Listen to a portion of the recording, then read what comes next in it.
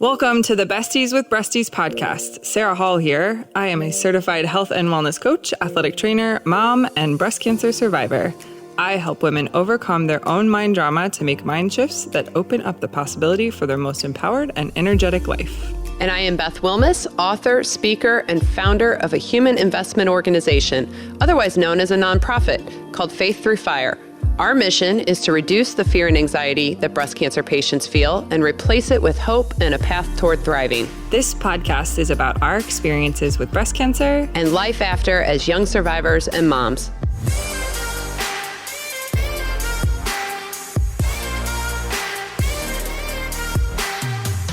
Hey, Beth. Hey, girl. I feel like you always start it, so it's kind of fun for me to start. To say hi? Hi. You think I always start? Yeah. Really? Yeah. Well, way to take the reins there, yeah. Sarah. Way to be aggressive. Grabbing the bull. There. I'm really excited about this series that we're getting ready to do. I think we've been looking forward to this for a while now. Yeah. Because, should we tell people what we're going to be talking about? Yeah, for sure. I mean, we're going to be talking about the emotional fallout after treatment, And which occurs for a lot of women. Yeah, and for both of us, I feel like this was such an important time of our whole journey. Yeah. I mean, it's what resonates with me the most, like when thinking back on the entire experience. It's really all about the emotional piece. Yeah. Don't you think? Yeah. It was the hardest time for me. Yeah. Well, I mean, people talk about it all the time, and nurses in particular. I think I might have mentioned this in a previous podcast, that nurses say that they can kind of set their watch to the time that a patient falls apart after treatment's over. Mm-hmm. And I found that really interesting. So it's something that a lot of people have happen. Yeah. And I think it's just because when you're going through treatment, you're, running to this appointment and you have to have this scan and you're kind of hunkered down and just eyes straight ahead, right? And you don't really get a lot of time to process. And then I feel like that time to process happens when everything else stops. The dust settles. Oh, boy. And then that is really, I feel like, a reckoning. Yeah, for sure. I agree 100%. So today, what we're going to be talking about, so this is the start of our emotional fallout series. I'm going to be sharing my story today. We're going to talk about why moving into survivorship can be tough and how that whole process goes. Right. Your story, Yep, right? my Your story. Individual story. And then This is going to be an emotional one. Right. And then what we want you all to know that are listening, about what to expect once the dust settles and you're facing your emotions and everything that you just went through. Yeah. Yeah. Before we get into all of that, let's hear from our first sponsor. Hair loss is consistently ranked as one of the most feared side effects of chemotherapy treatment. The emotional impact chemo hair loss can have on patients has been well documented. Scalp cooling is a simple treatment that can prevent hair loss caused by certain chemotherapy drugs. The use of scalp cooling is proven to be effective in preventing chemotherapy-induced alopecia and can result in people retaining much of their hair. Paxman is the global leader in scalp cooling. Their cold cap is scientifically proven to reduce hair loss during chemotherapy.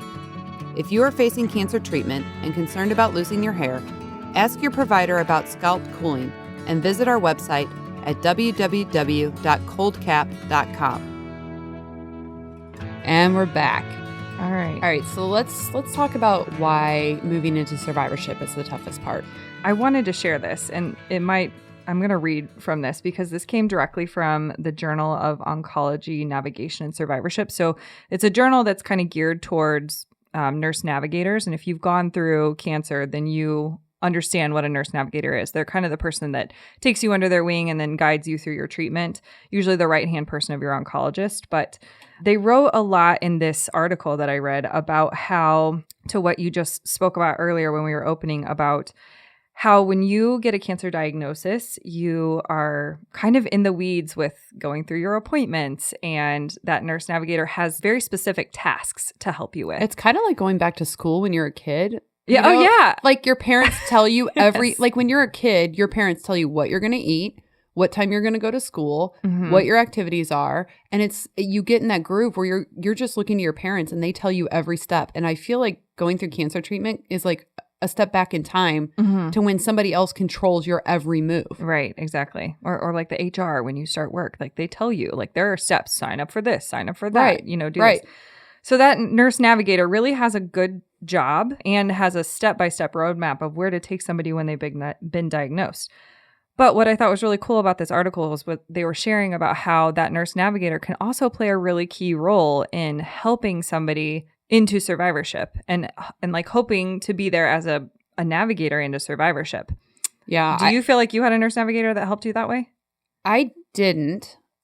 Some hospitals have them and they're really involved and other ones don't. I didn't have one that kind of walked alongside me in that way.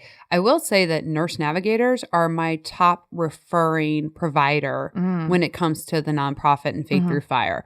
So the nurse navigators, to your point, are the ones that really understand the emotional aspect of cancer and are often dealing with patients, emotions.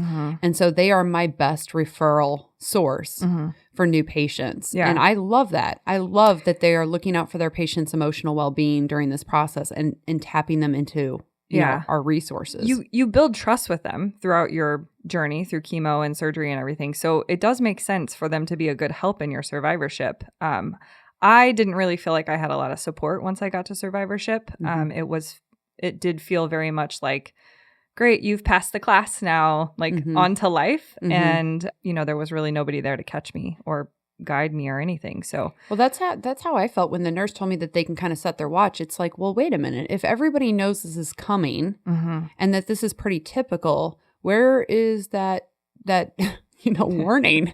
Like warning. Yeah. There's so many survivorship, there's so many Facebook groups out there that are dedicated to like helping you figure out what your drugs are and women supporting other women in that way. But and our mentorship program through Faith Through Fire, but there wasn't really anything. Well, I feel like a lot of those Facebook groups are for when you're in treatment. I see a lot of posts, hey, I'm having this symptom, or, to your point, what kind of drugs are you guys taking? What are the side effects? But survivorship is a topic that people aren't really talking about. Yeah. And it's like, now especially the treatments with breast cancer have come so far and women are doing better and better. And we're, survivorship is real. Yeah. Like we have many, many years left to live after a breast cancer diagnosis. And so quality of life and learning how to navigate post-treatment should be at the forefront, of cancer care. And, like a lot of things, I think it's lagging behind a little bit. Yeah, I agree. The path towards survivorship seems very unclear because you've gotten now the clean bill of health, hopefully the clean bill of health from your oncologist, and potentially you have ongoing treatment that you've got to navigate and the side effects of those. But yet, the friends and the supports that have been there through treatment can kind of, they kind of look at you if they haven't been through it before and kind of think, oh, she goes back to life and everything should be normal. So that's what goes on in your brain. But I mean, that's not what happened for me. And I know that's not what happened for you. So I don't think that you're ever the same after you have a major life event, whether that be cancer or the loss of life of a loved one or, any major change, even things like divorce and, you go through something like that and you're a changed person. You're not the same person. And I think you think, or at least I did, that when I was done with cancer treatment, I was going to go back to being the person I was before treatment. And then was really surprised to find that person no longer existed. And it's like, that's a shocker, and cancer takes a lot of things from you. And so when you are struggling with your identity post-treatment, that's additional stress. It's stress. Huge and it can be very traumatic. So I'm really interested to kind of hear about your experience. Yeah. And what that looked like. I'll share it all. You'll share it all. Yeah, you are a sharer. But before we do that, let's do boobs in the news for everybody. You want to do that before we dive in? Let's do it. All right, boobs in the news, people. Boobs in the news is a fun segment where we read funny tweets from real people or ridiculous news stories. Boobs in the news. Boobs in the news. Boobs in the news. Okay, are you ready for this? Oh, always. Lay it on me. Okay. Why do you have Captain Crunch? I'm getting to it. I am getting to it. So you may or may not have heard the story. Did you hear about this man that got a surprise in his Captain Crunch recently? No. Okay, this just happened. Okay. So, so this story is about a man. What's his name? His name is Mr. Carp. Okay. He's a 41-year-old comedian and writer in Los Angeles. And he kind of went viral when he took a picture of the contents of his Cinnamon Toast Crunch and sent it to his wife, who, by the way, guess who his wife is? Oh, somebody famous? Kind of, yeah. Danielle Fishel-Karp, who played Topanga Lawrence Matthews on Boy Meets... Oh, my gosh. Yeah, Boy Meets World. Oh, I love Boy Meets World. Right? I know. So she is his wife. Lovely. So he decides There's a lot of little boys out there at heart who are very jealous of him. Of him? Oh, yeah. Oh, yeah. I always thought she was beautiful. Yeah. Okay, so he went to go have some Cinnamon Toast Crunch and found an unpleasant surprise, right? So I'm going to show you this picture. Can you tell what Did that one is? of the toasts look like Jesus or something? No. Do you see what that looks like? What is it? Shrimp tail. Shrimp tail. He found Somebody on the line was hungry. He found shrimp. How gross is that? That's so disgusting. In his Cinnamon Toast Crunch. And what I think is funny is that at first, General Mills like totally denied it and was just like, oh no, I think they tried to pass it off like that's just clumps of sugar together. And then they were trying to kind of say, oh, it wasn't us, it was a supplier and things like that. And first they tried to deny it. And then I think they kind of owned it and, whatever. But what I thought was really funny about this is that Mr. Karp said that he looked in the bag and saw what appeared to be a tail. And then he found another one, and both were encrusted with sugar. He says, I get really grossed out and I'm medicated for OCD. So this is a total nightmare for me. Oh, no. Can you imagine? I mean, first of all, how does a supplier supply something for Captain Toast Crunch and also shrimp? Well, apparently this is not their... General Mills has had another shrimp debacle in the past. Okay, so in 2011... Well, I guess it wasn't related to shrimp, but it says in 2011, the company sued a Michigan blueberry packer after a shipment was found to be contaminated with pieces of shrimp. So it is another shrimp debacle. Shrimp are infiltrating. Yeah, I was just going to say, it is a shrimp debacle. Shrimp debacle. In the blueberries. So who's the boob, the shrimp or General Mills? I mean, I don't know if it's General Mills' fault or their supplier's fault. Maybe somebody in procurement. Oh, maybe. Maybe we need to start looking at that person's job. Yes. I don't know. But anyway, I thought that was hysterical. That is funny. Yeah. And then on top of it, I happened to come across this tweet by the dad. So it's at the dad. And he said, that guy who found shrimp in his cereal has clearly never had breakfast with a toddler. Yesterday I had Hot Wheels in my oatmeal. Today it was batteries and the pancakes. Nice. So he's poking fun a little bit. But yeah, shrimp in the the Cinnamon Toast Crunch. There's your boob, people. Bibs in the news, bibs in the news, bibs in the news. Okay, and we're back. So I'm really interested in knowing kind of, what your mental state was like after you got done with treatment and when you started to kind of recognize that something was not okay. Sure. I remember being done and being like, I'm going to get back into life as I knew it before. Now, I mean, I had a newborn at home, so I was adjusting to be now a parent of 2 and trying to get back into work full time. And I was just plugging along like we moms do, trying to do everything again. And I remember very distinctly, my very first symptom was I couldn't sleep at night.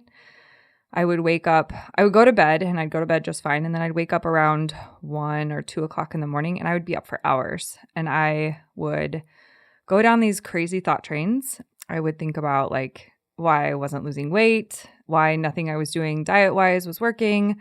Then I would start thinking about like school debt. And then I would start thinking about, everything. I would spiral into hours of thought. Like I literally wouldn't move. If you would have just like had a video camera on my bed, I wouldn't have moved. I would be awake, but like my brain felt like it was moving 100 miles an hour and I was just stuck there. And I remember when I really realized I needed to have some help is when those thought trains would go really depressive. So I had a few nights where I had thoughts of like killing myself and thoughts of suicide and never anything that I would have like actually acted on, but like planned it and how, Eric would get my life insurance and, they could take away that debt that I was thinking about last night. And I had many, many nights like that.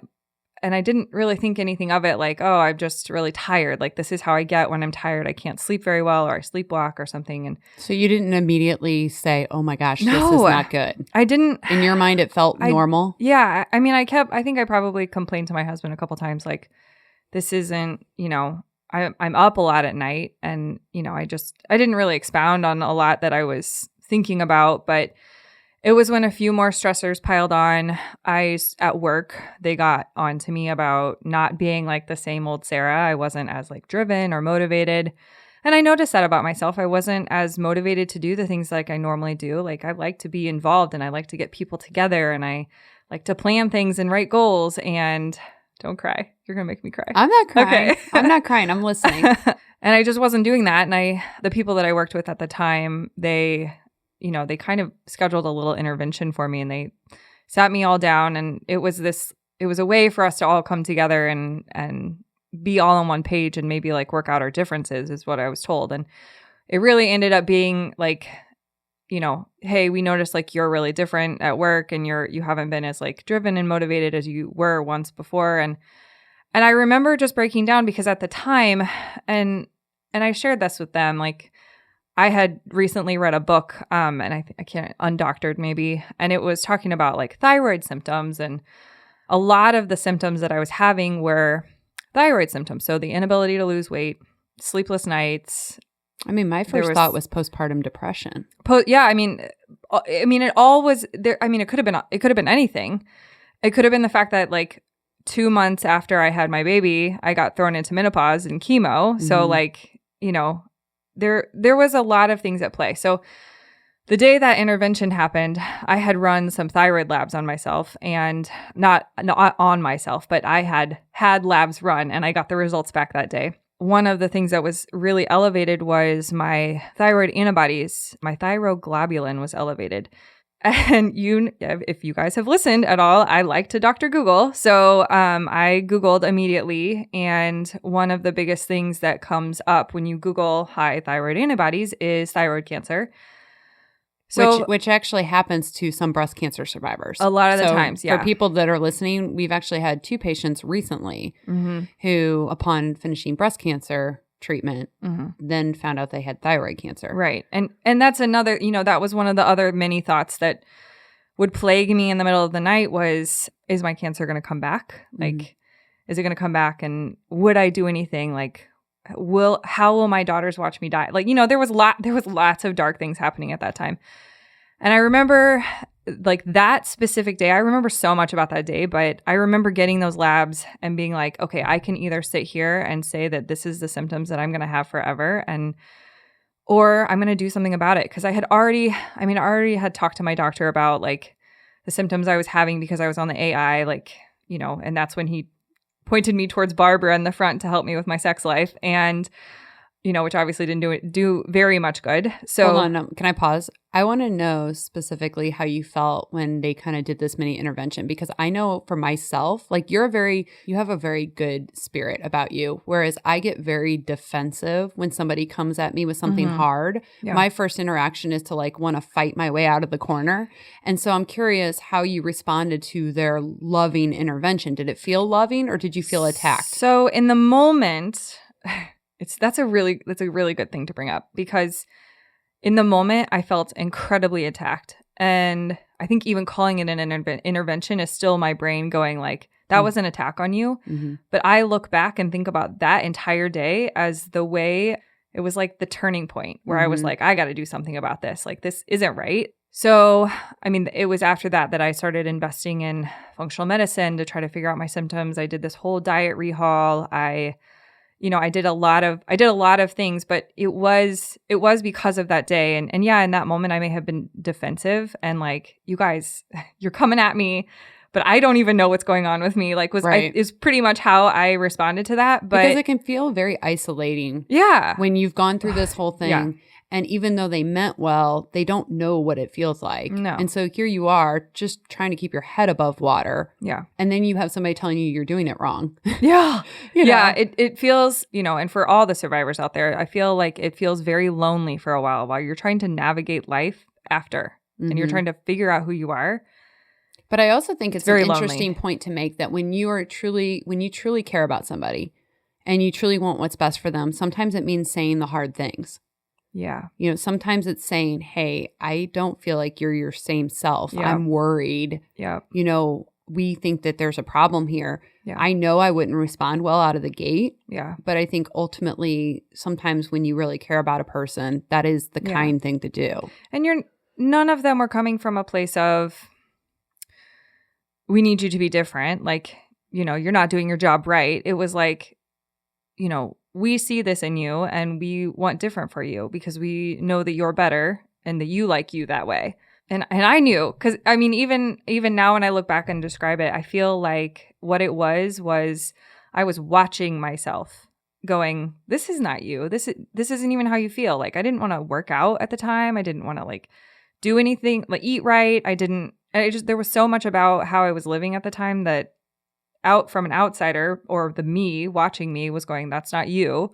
But me living it, I was like, I mean, who cares? Whatever. Like, you know, it felt very out of body. And don't you think there's those moments where you really question, am I ever going to get back to some semblance of, you know, like I said before, the person I was before? Because you are different. But I think if there's an encouragement here in this, it's that you can be better. You can be better than before. And it may not feel that way. And there could be a lot of dark moments. And it does take a lot of intentional work, which I think we're going to touch on, all the work you did to get to that point. Yeah. But then where you are now in comparison to then, 100% difference, right? Yeah. Oh, I mean, and I think we've probably even said it on here before, is that I think cancer was probably one of the best things to happen to me, because it made me learn the hard lessons.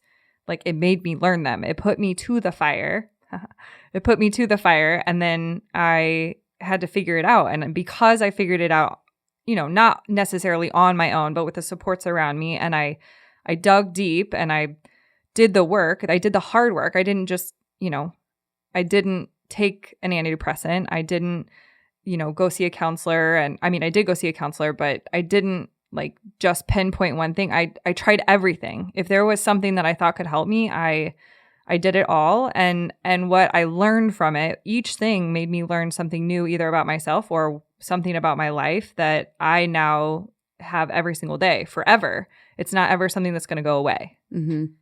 Yeah, I think there's a lot to be learned in those, you know, but you don't know until you try it. And there's so many people, I feel like, that are scared to take those steps to try something out of the box or different than maybe the way they were raised or what they have in their own mind. I mean, I never hid the fact that I'm a big proponent of therapy, you know, but a lot of people have a stigma associated with that, and a stigma associated with needing help. And, you know, I don't know how you are, but I am so fiercely independent that the idea of having to depend on anybody else for my well-being is a real sore spot for me. I don't like that. When I went and saw a counselor, it was the first time I'd ever seen one my entire life. And I remember telling people and feeling empowered by being like, I'm going to see a counselor now. And they're like, what's wrong? Well, I mean, you're like, well, I had this life-threatening disease. Right. Is that good? Right. I was pregnant. Is that okay? There were, you know, so that, but their response just reminded me of that stigma. And it made me feel powerful, thinking like, I can tell them I am seeing a counselor. I am making myself better. I am doing the work. Like, which I mean, that's what the result is, a growth mindset, right? It's realizing that you're not static, that you don't have to be the person you are right then if you're not happy with that, that you can move beyond that. I think that is super empowering. Yeah. Like that was what was liberating for me. And I think it also helps build your resilience, because it's like once you tackle one mountain, when another one comes up, which newsflash, it will. You feel equipped. You're like, you know what? I've been there, done that. I remember what this felt like, and I remember what I needed to do to get over it. Right. And guess what? It takes a lot of intentionality. Yep. And so really it just becomes a question of, are you okay with what's happening, or are you going to do something about it? Right. And how much do you feel is the responsibility of your provider versus you? It's a great question. It depends on your provider. I feel like your provider should point you in the right direction, but really it's your health. Like, your provider is not there when you feed yourself at night, and your provider is not there when you choose to stay up until 1:00 and not get any sleep. Like, you are the one that has to invest in your health. The provider can point you in the right direction, but you know, ultimately you're responsible. I mean, I'm personal responsibility is like, it's like my number one value probably, but right.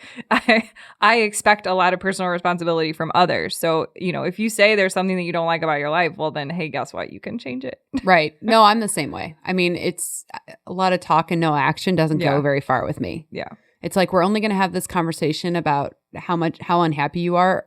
I'll give you 5 times. I'll give you 5 I'm done. 5 happy hours for you to tell me that you're unhappy. Mm-hmm. And then by the 6th happy hour, I'm going to be like, you either do something or we stop talking about this. Yeah. I mean, I love cocktails as much as the next girl, but we got to change the We're not just hiding the problems in the cocktails. Right. Get off the wheel, right? Yeah. And I do want to go back to say, that you were really interested in kind of helping yourself holistically as much as you could. I think going back to what you said about antidepressants, sometimes that's going to be on the menu for you depending on what your issues are. Yep. And you really need to consult with a psychiatrist to see if you would benefit from those medications. Yeah. But I also think, and Sarah and I are a big proponent of this, that there is a lot of healing that can be done by taking care of your body.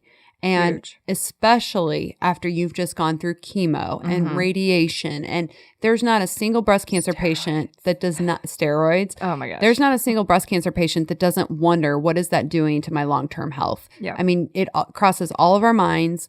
And so then it really becomes critical. And we actually just had a doctor on the show the other day who said the difference between, for example, patients who choose to exercise after their diagnosis and those that don't is night and day. Yeah. I mean, in terms of how they feel, how they look, and their energy level.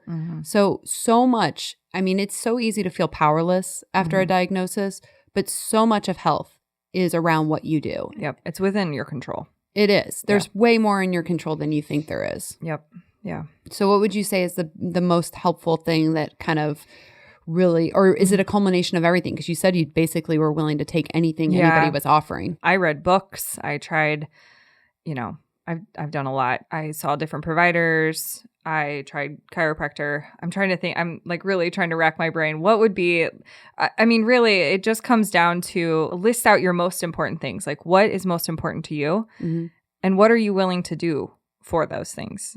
And then decide. Like, I was willing to do anything to have the best health, which sometimes meant giving up things that I did enjoy.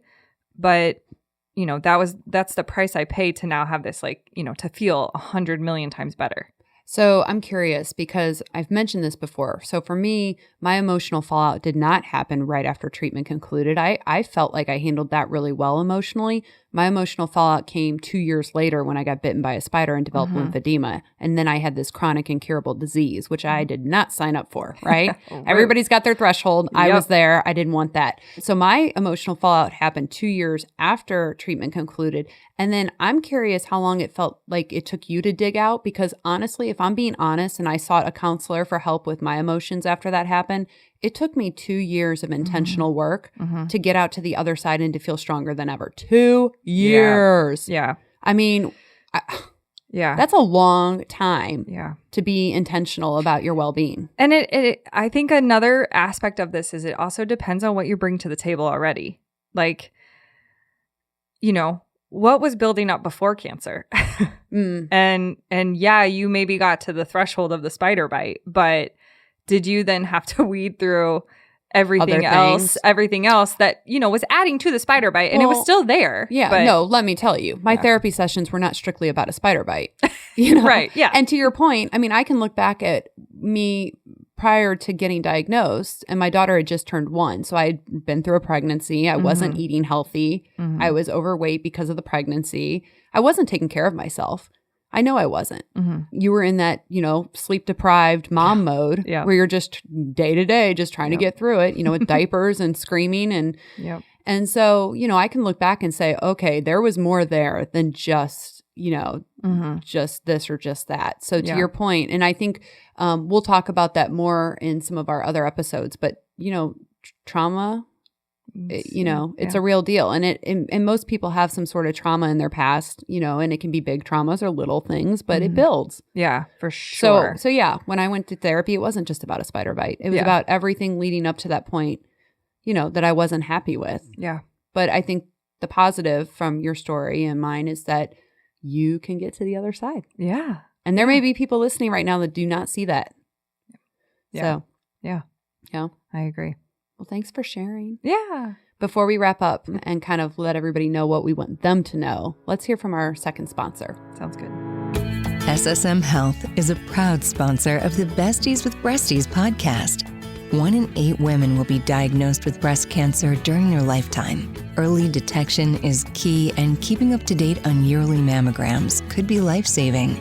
At SSM Health, we offer patients in the St. Louis area online scheduling for mammograms, including next-day appointments. Visit ssmhealth.com/schedule-mam to make your appointment now.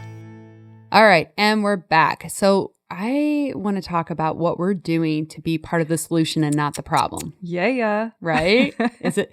You want to tell people? Yes. So at the beginning of April, we will. I think this is going to air in May, and we will have launched at the beginning of April a survivorship support network. So What is that, Sarah? Oh, well, let me tell you. It is it's basically a Facebook group off of Facebook, but it's a way for us to not be bogged down by Facebook rules or, propaganda, whatever is on there. Ads. No ads. No ads. No retribution if you don't do what they want. It'll be a collection of like-minded people, and it's on a network called the Mighty Network. They have apps, so you can download the app, but there'll be a main feed for everybody to come and enjoy content on wellness. So we will be posting on tips. And I want to tell them, though, everything. like what everything's based on, like our 5 pillars. Oh, right. Yeah. So good call. So Sarah and I have, kind of put our heads together about what we felt was instrumental in our recovery and really thriving in survivorship. And it came down to 4 different pillars. All right. So the first is connection. Yes. And I'm going to just get mushy and just say that the best thing about me getting cancer is having met you. Aww. Because, sweet. And I never was one that would have joined a lot of groups. Like I wasn't going to join a bunch of breast cancer groups. That just wasn't me. And I was like, let me join them all. I know. Exactly. But I am so much better off for knowing these other survivors and just having these friendships. And it's just, there's something that comes from that shared pain. Yeah. That's just a knowing that you can't get with anybody else. Correct. So connection is our top pillar. Yep. Wellness. So this is anything, like this is nutrition, this is fitness, this is, walking, it's emotional well-being, cryotherapy, massage, like anything that you do for your wellness, self-care. Right. Yeah. Self-care, quality of life, finding purpose. I think this is huge. You have to find meaning in your journey. Yep. I mean, for us, it's doing this kind of work. Yep. For you, it might be something else, but finding purpose and being able to use this experience for good in the world is really healing. And so we want to encourage people to find purpose. And then healthy mindset. Yep. Healthy mindset. So I talked about that today and how I thought about something in the moment and then how I looked back on it now and even think like it made me a better person. So that's building a healthy mindset. Building a healthy mindset is building resiliency, and it's being able to come at something that might seem difficult and being like, okay, I got this. Yeah. So basically, it's a private network that you can join after you're done with active or primary treatment to foster connections and to have access to resources and supports that best fit your individualized need and help you meet your goals. We want to have connection, but we want to have accountability. And there's all kinds of really neat things to be found there regarding fitness, nutrition, courses, membership. We're going to be doing extra podcast episodes specifically for this network based on those 4 pillars.